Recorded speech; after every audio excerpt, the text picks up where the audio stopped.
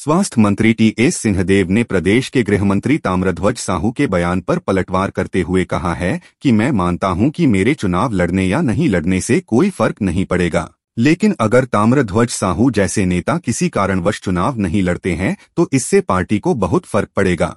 आपको बता दें कि टी.एस. सिंहदेव ने बयान दिया था कि उन्हें इस बार चुनाव लड़ने की इच्छा नहीं है। इस पर गृह मंत्री ताम्रध्वज साहू ने तंज कसते हुए कहा था कि कांग्रेस बहुत बड़ी संस्था है, किसी एक आदमी के चुनाव लड़ने या नहीं लड़ने से कोई फर्क नहीं पड़ता है। ताम्रध्वज साहू के इस बयान को लेकर मीडिया ने जब सिंहदेव से बात की और गृह मंत्री के बयान पर प्रतिक्रिया जाननी चाहिए तो उन्होंने कहा कि मैंने चुनाव लड़ने को लेकर बहुत सारी बातें कही थी, लेकिन मीडिया ने केवल 2 लाइन छांटकर निकाल लिया। लेकिन फिर भी मेरा यह कहना है कि मेरे चुनाव लड़ने या नहीं लड़ने से कोई फर्क नहीं पड़ेगा, मैं इसे स्वीकार करता हूं। लेकिन ताम्रध्वज साहू बहुत ही पुराने और कांग्रेस के वरिष्ठ नेताओं में से हैं, साथ ही समाज और सर्व समाज में उनकी काफी अहमियत है। ऐसे में अगर वह किन्हीं कारणों से चुनाव नहीं लड़ते हैं तो पार्टी को इससे बहुत ज्यादा फर्क पड़ेगा। उन्होंने कहा कि ताम्रध्वज साहू समाज व पार्टी के बड़े नेता हैं, उनके साथ मैंने सरकार व पार्टी में काम किया है।